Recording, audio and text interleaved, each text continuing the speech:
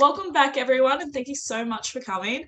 I have an amazing author with me today, and I'm super excited. If you haven't already seen her covers, check them out because her books are hot. I'm talking to the one and only Sloane Murphy. How are you today?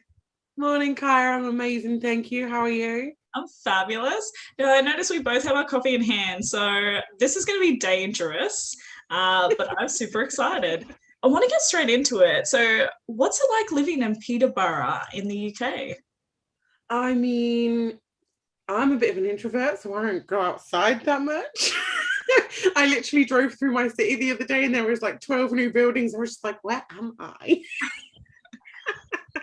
But it's actually a really nice place to live. Like I can drive 5 minutes one direction and I'll be in the city centre. I can drive 10 minutes in the other and be in the middle of country and farms and giant fields. I'm like 40 minutes on the train away from London. So it's a really nice place to live. It's what I call a mini city. It has everything I need and not that many people. So let's talk books. I want to know about your journey. I want to know where you started, why you started, and when. So I have written my entire life, be it poetry, song lyrics, which was a big thing for me when I was younger, and short stories. And then I mean, I've always been a reader. I've been a massive reader. I was reading Danielle Steele novels at like the age of 9. That was my introduction to the romance era or whatever. And I was doing blogging and things like that. And then one of my friends back in, I want to say 2015, we were talking about my writing and she was just like, well, why don't you publish? Like, why not? And I didn't have a good answer for that other than fear. Straight up fear. So I was working on like a young adult paranormal book at the time, which turned into the Immortal Chronicles. And I decided to risk it because I couldn't come up with a better answer than I'm afraid for why not. And so I started publishing. I still did blogging at the beginning, but as I'm sure you are fully aware, writing, blogging, and real life just gets real hard. What? No, no. Never. There's definitely 48 hours in a day, right? In mine, there is apparently.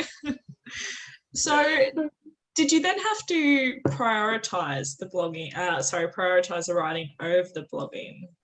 Yeah, it got to a point where I had to kind of really step back. I stopped accepting as many arcs. I stopped blogging mostly because between spending time with my dog, my husband, doing my job, and then finding hours to still write in the day, there wasn't that much time left over. And I didn't want to let people down by not being able to do what I'd promised to be able to do. So I kind of stepped back from that and then focused more solely on my writing and, being Wonder Woman. Yeah. Oh, speaking of, I have a Wonder Woman cup. Okay, so this is an interesting one because I have met a couple of friends and authors who were originally bloggers and they ventured into then writing and publishing their own books. And what I find very clever about this is usually by then you kind of already have a network and a reader base to support you when you do publish your first book. So would you say that sort of gave you I want to say, sort of a rough understanding of what to expect in the industry when publishing your own book? Yes and no, because the authors that I was friends with were all contemporary romance authors. So whilst they could give me an idea of how to do this, and because I'd blogged, I know how this certain thing worked, paranormal was still like, it was huge, but back when I published it seemed like this tiny, tiny little nugget that nobody really dared to venture into. So nobody really had any idea which PR companies to use for paranormal romance, which methods were best, which readers would be enthused about it. So it gave me an insight, but there was still a lot of stuff that I needed to work out just in relation to my genre. Okay, so you are writing your first book, you've written your Yeah. first book. What was the process for you like publishing? Did you go independently? Did you go traditionally? How was that process, the whole publishing process for you? I didn't even bother thinking about traditional because I'm not a very patient person. Once I have my book written, I'm just like, take it, take it. I'm so bad for that. I am so bad for that. So I was just like, I'm just gonna see what happens. So I'm just gonna try and do it myself. Also, I am a massive control freak. Like, this is something that everybody that knows me knows. And so the thought of just hanging it all on the line with the traditional publisher just was not in my wheelhouse. I'm just like, I can control this, I can do this, and then I can see where everything goes. So yeah, I chose the indie path because I'm a control freak. Amazing. That's the most honest answer anyone could give. I really want to talk about the Shadow Walkers Saga series because that is, I haven't yet had the chance to read your work, but I will amend that after this interview. One that really grabbed my attention was that series because the covers are so hot and it looks like something I would definitely read. So can you give me the little sales pitch on it? Tell me what that series is about. So the Shadow Walker series is about Remy. She's our main female character artist. Oh my god, can you tell where my brain has been this morning?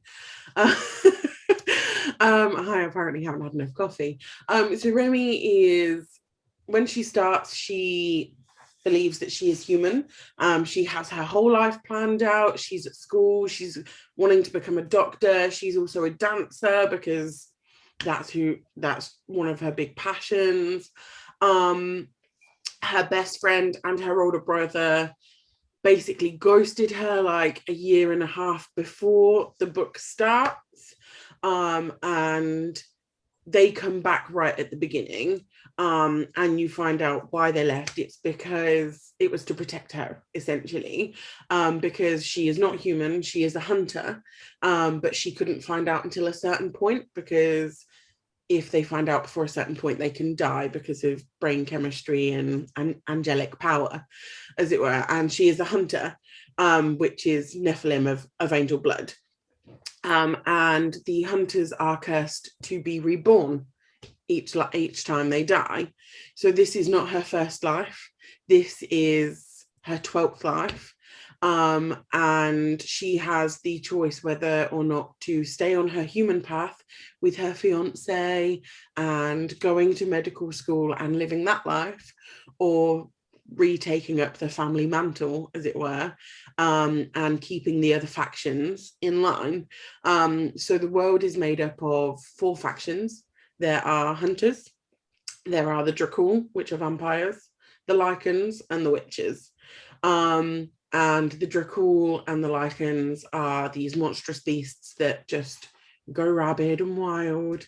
And it's the hunter's job to keep them in line. Also, that's what everybody tells her. Except once she awakens, she starts getting memories back that don't necessarily line up with what everybody is telling her. And this life of hers is basically a culmination of all of her past life biting her in the ass. Bless her heart. So there's a lot of things that happen in it, and she realizes that maybe monsters aren't really what they seem, and maybe the real monsters are the people closest to her. So there's a lot of twists. I kind of say it's Charmed meets Supernatural meets The Vampire Diaries, full of twists and turns, and maybe just a little bit of heartbreak in there too. So, okay, so I'm just going to quickly buy that now. One click right now. That sounds. I'm going to start reading that tonight. That sounds amazing. Is that series is complete? So, well, the series, yes. So Remy has 6 books. Mm-hmm. They are all out there complete. I busted a gut last year and got all 600,000 odd words of it out in 6 months because COVID, you know. There really are 48 hours in a day these days, you know. Smashed it. But the Shadow Walkers world has grown exponentially. So I'm working on a current spin-off series of the Shadow Walkers world, which is called the Shadow Weaver series, which is about Remy's best friend in the books. Called Her name's Fallon, and she's a witch. And then there will be another series that spins off that I'm starting once I finish this trilogy, which is called the Shadow Queen series, which I'm not going to talk about because it will give you spoilers for later on in the book. Okay, I haven't even read the series yet. I know I'm already excited about the next. So yes, if you could hurry and write those, I will speak on behalf of your readers. If you could hurry and write those, thanks. I literally had one of my readers yesterday who's on, I think she's on book 4, and she was just like, so I need this Shadow Queen series like today. One thing that I noticed when I was stalking you was your merchandise, and we vaguely spoke about it before, but I have to bring it up again because now I'm even more excited after talking about that, about how much merchandise you have. And then you tell me that you don't just have one store on your website, and I'm talking you have masks, you have jumpers, you have shirts, you have phone cases, you've got everything on there. Yeah, I am a big merch fan. Like, obviously you can see my bookshelves and all of my bits and pieces back here, but I literally have a shelf of merch too. Like, I'm a little bit obsessed, and I mainly did the merch because I wanted versions, and I know myself as a book nerd, and then other people started asking for it when I was like, look at my hoodie. This, by the way, is the Hunter's mark. This is Remy's mark. That's You will so read all cute. about it. But yeah, I'm just like, what could I possibly want? Oh, leggings. Honestly, that I need to up my game. I need to get my butt into gear because that is amazing. But one of Oh my favorite things is this. This is my no! Remy Bennett Funko Pop. How did you get that? So I have an amazing reader who is also my PA at the minute. This is Remy from book 6. I'm getting another one made of Remy from book 1 and all of the guys too. But she custom makes Funkos, and so she lovingly made me a Remy. She's amazing. I love her. Does she have like a store or a link or? Her Instagram is bookish_pops. If you just send her a message about what you're after as an author, because obviously copyright and blah, Yeah. then she'll happily put stuff together. Like she did me, I don't know if you know Jay Bree, her Hannaford Prep series. She did me the main character for her as a gift with permission. She did another couple of gifts for me, all of beautiful Funkos. But yeah, So she's my friend. that's amazing. I want that. I want it. Okay, so something really quirky that I saw is that you love travel and you have a bucket list. So I want to know what's on your bucket list. If you could go anywhere right now, where would you be going? I'd be going back to California. If I could go anywhere right now, one of my favorite places in the entire world is Huntington Beach in California. It is beautiful. My brother-in-law, he works in travel, and he says that it's almost like the Gold Coast, like Gold Coast, Huntington Beach, very similar. But I've not been to the Gold Coast. Visit me. It'll fine. Fine. But Huntington Beach, it's nicknamed Surf City over there, and it's so beautiful, and it's so vibrant and peaceful, and it's only like 40 minutes from Disneyland, and it's like 40 minutes from Santa Monica Pier, and I love that place so very much. You're even telling it. Well, my husband and I, we got married in Las Vegas a couple of years ago, and our honeymoon was touring Southern California. So we drove from Vegas to San Diego and then spent a month driving up the Southern California coast. So we had a lot of chance to fall in love with Southern California, and we very, very much did. Was it a shotgun Elvis wedding? It wasn't a shotgun wedding. We'd been together 11 years isn't shotgun when they're pregnant? Like it's a quick. Is that what Yeah, shotgun? yeah, Okay, yeah. no. I'm thinking of eloping. Yeah, eloping. That's what I'm thinking of. Yeah. So yeah, we did elope, except so we'd been together 11 years before he proposed. So it wasn't like out of the blue or whatever. And we were already going to Vegas for my mother-in-law's 60th birthday. So we just kind of went, we might as well get married whilst we're there. Why not? I love that.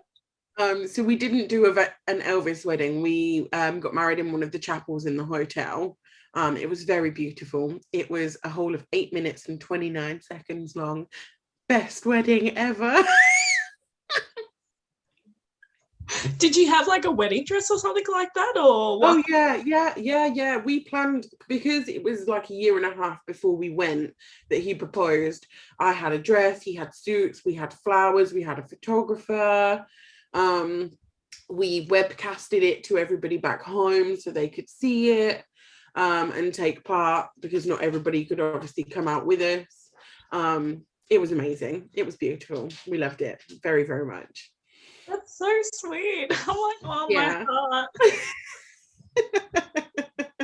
He was just kind of like, as long as there's not pink, that's all I really care about. I was just like, but pink's my favorite. What has been your most memorable reader moment? Probably when I was at a book signing and someone just kind of burst into tears in front of me. And I was just like, I will start this by saying I am a very awkward person face to face. I am so awkward. And I'm just like, please don't cry. Please don't cry. I'm just me. Please don't cry. But it's amazing that someone loves my book so much that they had their fangirl moment.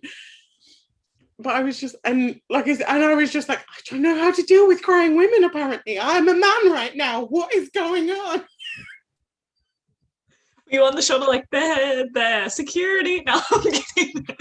Luckily, like, one of my closest friends was my assistant, and she is a very extroverted social butterfly, and she just kind of swooped in and saved the day, seeing panic descend over me, just like, I don't know how to people right now.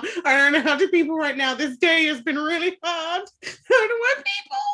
Was the reader able to compose herself? Were you able to get a photo together? Yeah, we did all of that. We had a lovely conversation about the books and which ones were her favorites and who was her favorite book boyfriend and everything.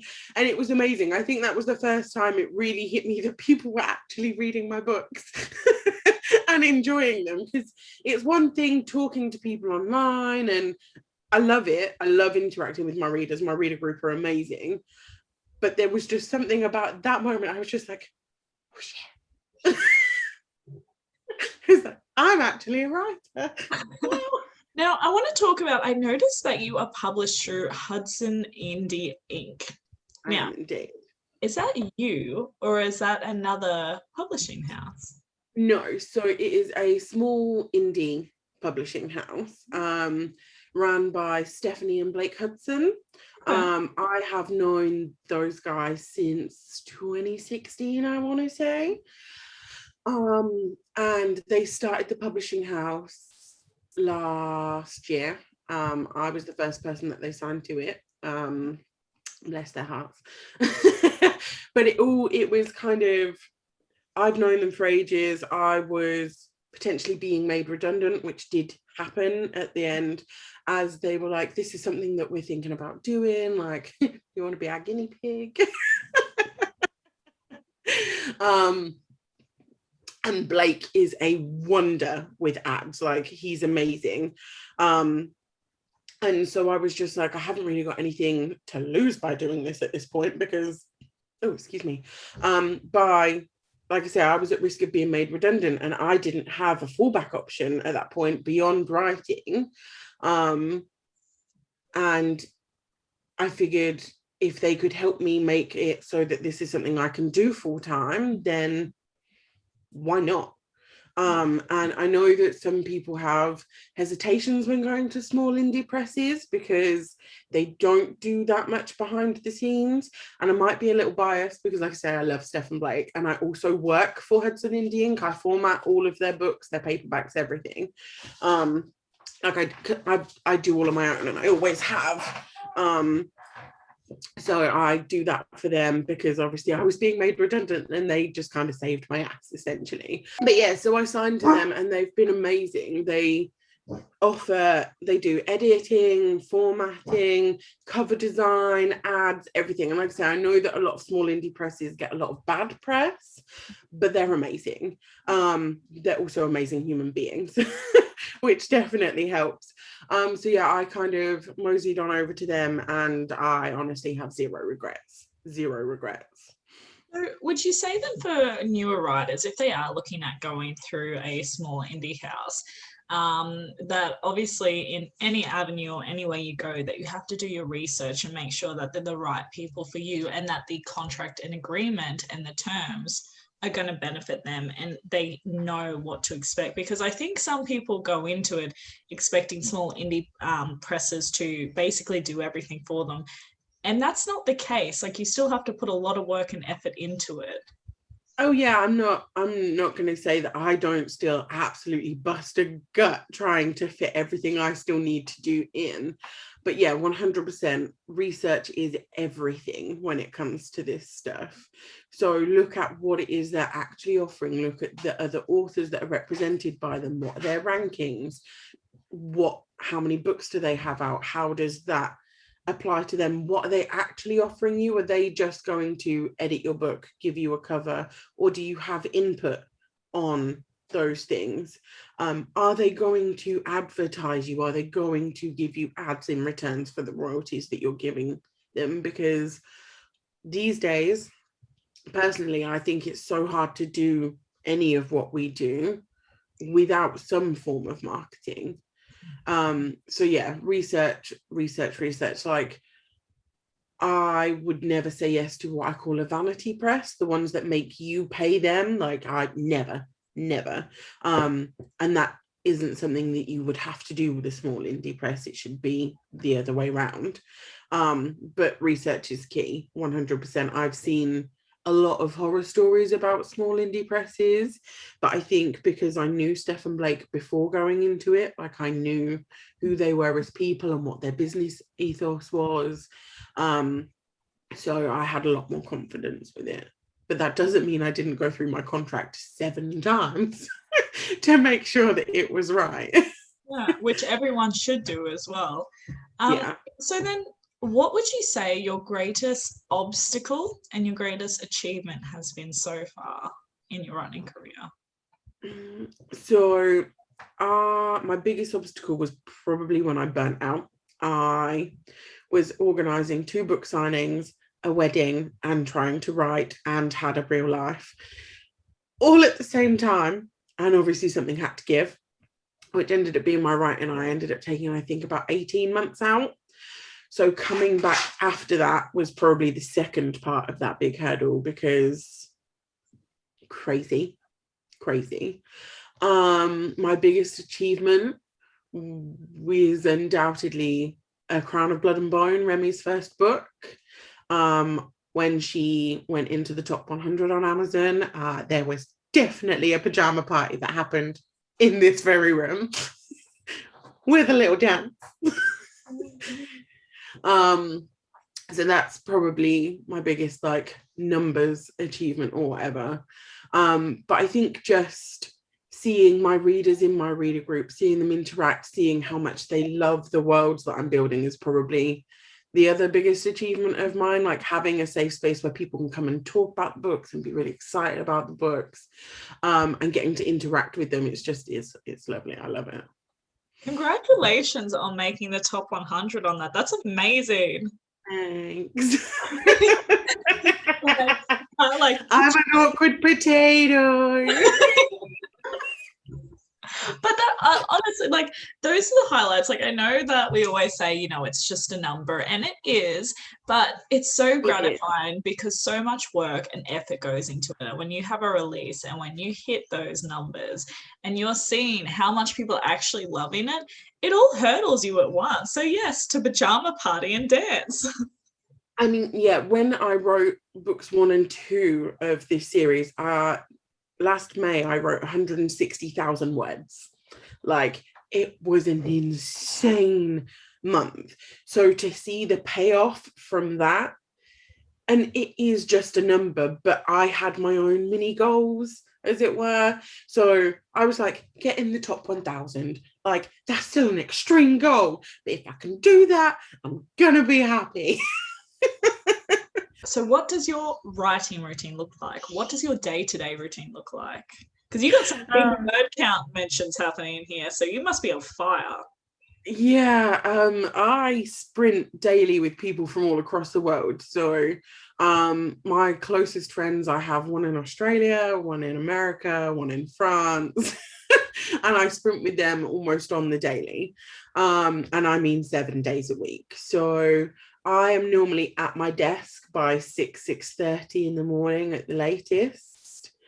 Even on weekends. And I am here with my coffee, and I try most days to get in 1,000 words before breakfast. Excuse me. And then my average words normally are about 4,000 to 5,000 words a day. If I'm on track. If I'm on track. There are some days where I just can't, where my brain just won't. And as a creative, I'm sure you understand, most people understand that there are some days where there is just nothing. Yeah. So I do admin on those days. But unfortunately, those days happen way too often. And I had a 20K day 2 weeks ago because it was deadline day and it had to be done, and that was necessary. I then couldn't write for a whole week. It's honestly so surprised. So I had recently, and 2 days ago, actually, I finished my recent manuscript. But the thing was I'd gotten really sick 2 weeks before that, and I was bedridden for like a week. But it came down to crunch time, and I'm just like, I've just pulled a book out of my butt. Like, literally, it just, when you have to, and you smash out that word count, and you're just like, I could never do this any other day unless there was that crunch time. Yeah, I mean, my biggest day before this was probably a 15K day. And then this one was just over 20K. And like I said, I took a week off because I just couldn't. I just couldn't. I managed to write like 800 words a couple of days later. And then I was just like, I'm tapping out. I'm done. I need to go back to bed. But yeah, so I'm normally working from like 6:30 in the morning until about 5:30 in the evening when I stop for dinner. Obviously, I'll stop for breakfast and lunch and stuff in between. Some days I come back after I've eaten and I end up working till about 8, 9 o'clock at night. But I love what I do, so it doesn't really feel like work. And because I'm normally on Zoom with my friends sprinting as we do it, it doesn't feel that like under the thumb. I think too, it can't, like, because now you've been doing this for 6 years now, since 2015. It comes with maturity as a writer, I think, as well. Understanding those days when you can't write, not to try and push it. And I think like a lot of people really get angry with themselves if they're like, I need to write this many words these days.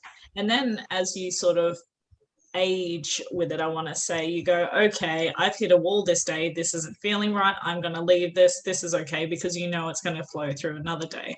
I think another interesting thing too to raise is that you have mentioned burnout, and what I find ironic about this is you had to take 18 months off, which is a very similar story to mine. And so when you said it's very difficult to come back into it, I know exactly what you're talking about, because you have to get the snowball happening again. So I think as well, you're conscious of when you need to rest, it's okay. And we need to do that for ourselves, because if you have met what burnout looks like, you never want to taste it again. So you definitely make sure you have that rest. Oh yeah, I'm all about giving myself some grace and just being like, I can't do this today, and that is okay. And whilst I try to be disciplined and at least write something every day, if that's only 100 words, that's still 100 words I didn't have when I started the day. If life happens, and in any other job, if something like that happened, you would give yourself the grace to get better. Like when you fell ill, in a normal job, you would take time off to recover and then come back and deal with it. But I feel like authors put so much pressure on themselves to work through all of that you get to a point where you just can't. Yeah. You can't, like, physically you just can't, you can't write anymore. And that's where I got to. There was just so much up in the air that I just couldn't anymore. But now I am very good, and I tell my friends almost every day to give themselves some grace, because make it up tomorrow. Whatever you didn't do today, if you are on a very strict deadline, spread it across however many days you've got left. And I know there's some people that turn around and be like, you should be more strict with yourself. If you've said you're going to write 2,000 words today, you should write 2,000 words today. Stop lying to yourself. And if you can do that, fine. But if you can't, give yourself some grace. What would your 3 top marketing tips be to fellow writers? Oh my. Cover, 100%. Get a cover that you love, but also that is to market, on brand. Look at other covers in the same, like, go on Amazon, look at the top 100 of what, and have a look at what is. So sometimes you can go away from the norm and it works. Like, one of my series covers is completely different to anything I've ever done, but people love those covers. But generally, look at covers, because your cover is your biggest selling point. Like, it's the first thing anybody sees. Some people don't even read the blurb or reviews, they just see your cover and they do judge it by its cover. You can say the proverb as much as you like, people buy on covers. So that. Second would be marketing is probably like my biggest failing as an author. I'm not gonna lie on that. Because I am terrible.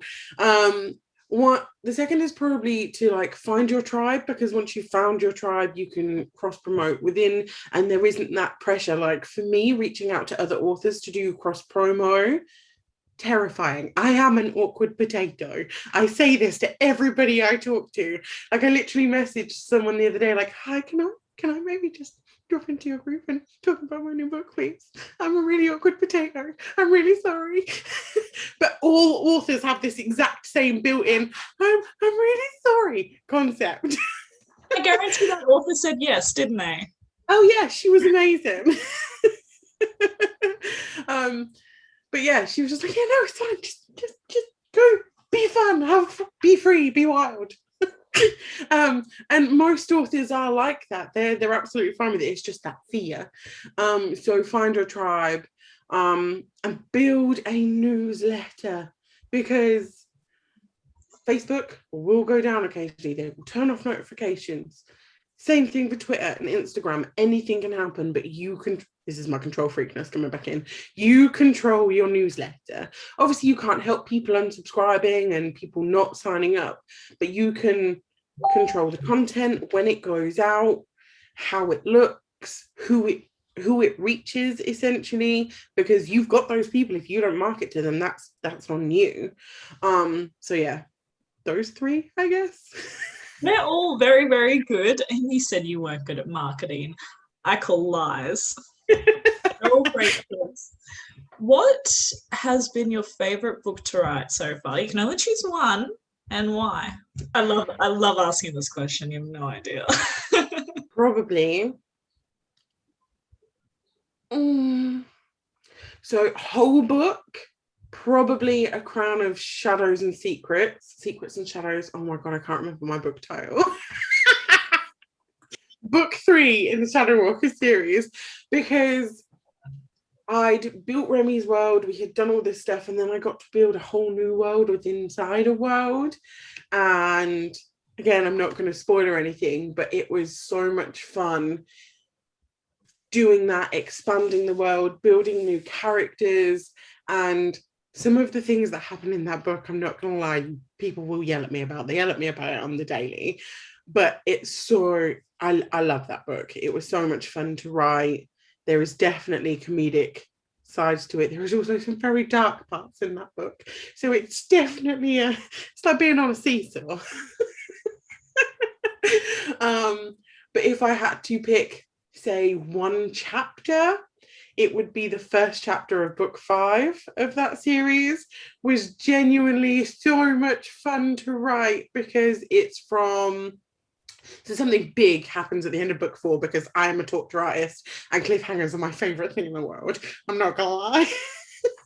So something happens at the end of book 4, and chapter 5, the first chapter, is the repercussions of that from a different person's point of view, which is so comedic to me.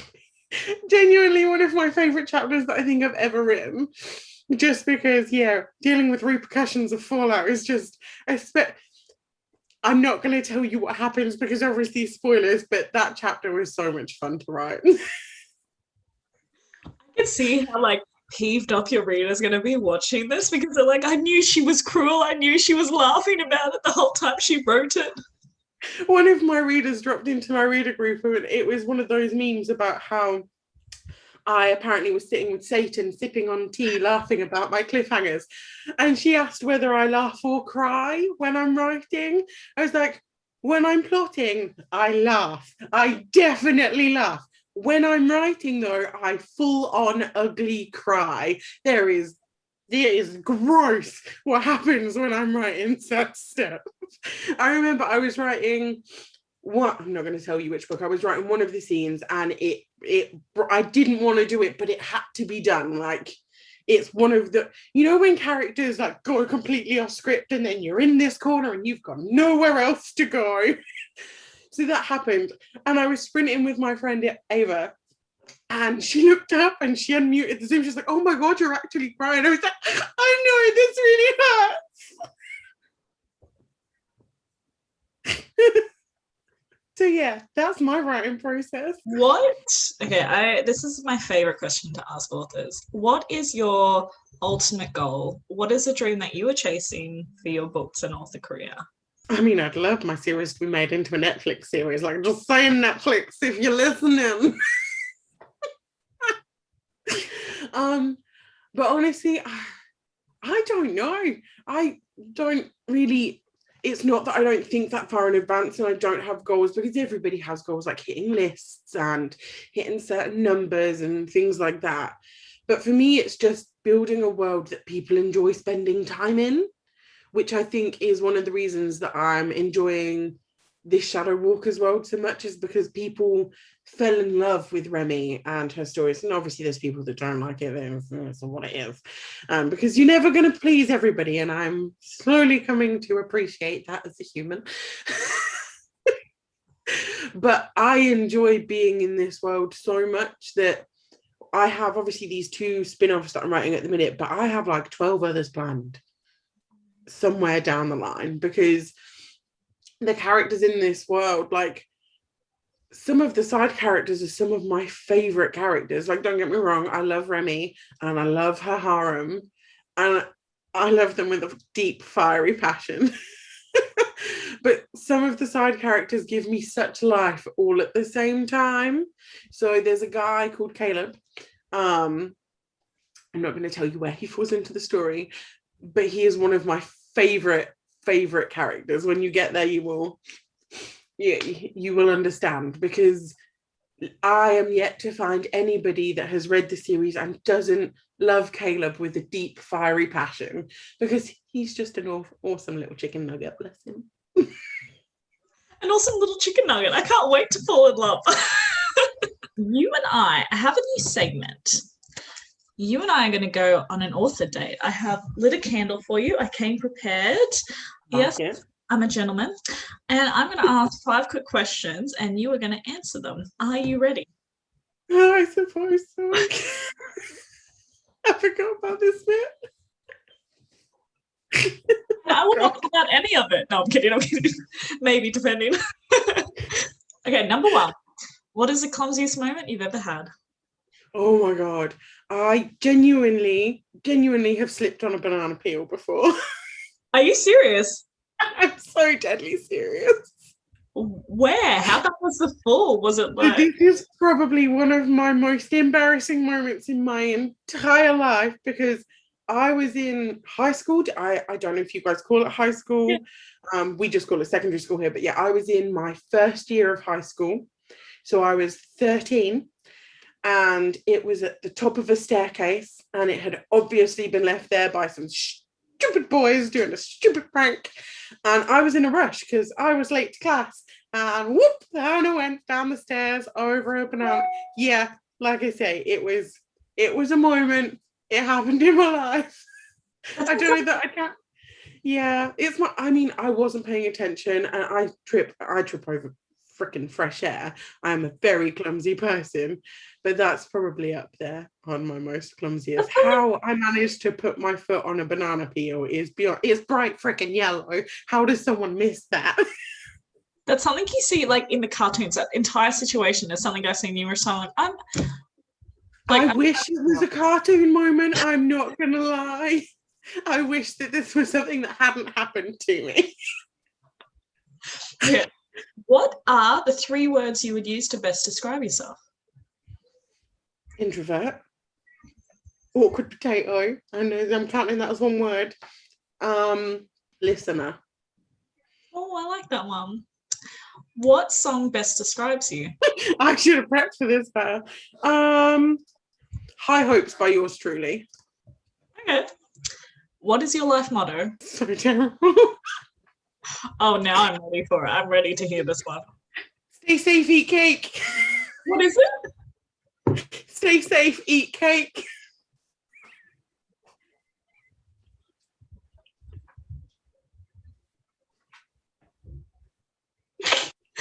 I think that is the best life motto I've heard for that question yet. It says a lot about you.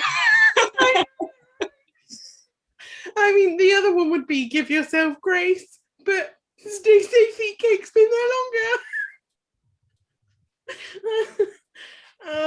I forgot that was a question. I forgot that could have been an answer.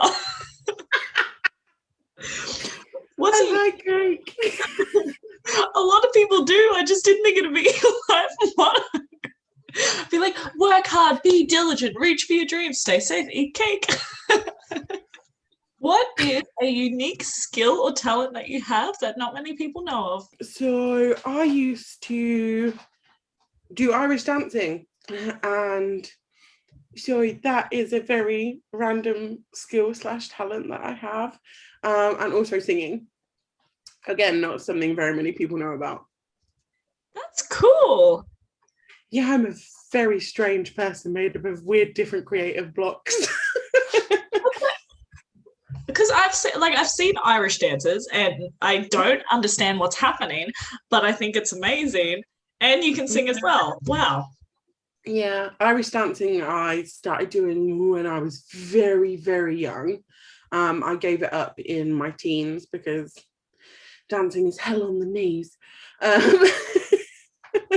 But it's still like a deep passion of mine. Like if I see, I'm one of those awful people that if I see people taking the piss out of it, I'm just like, you're doing it well.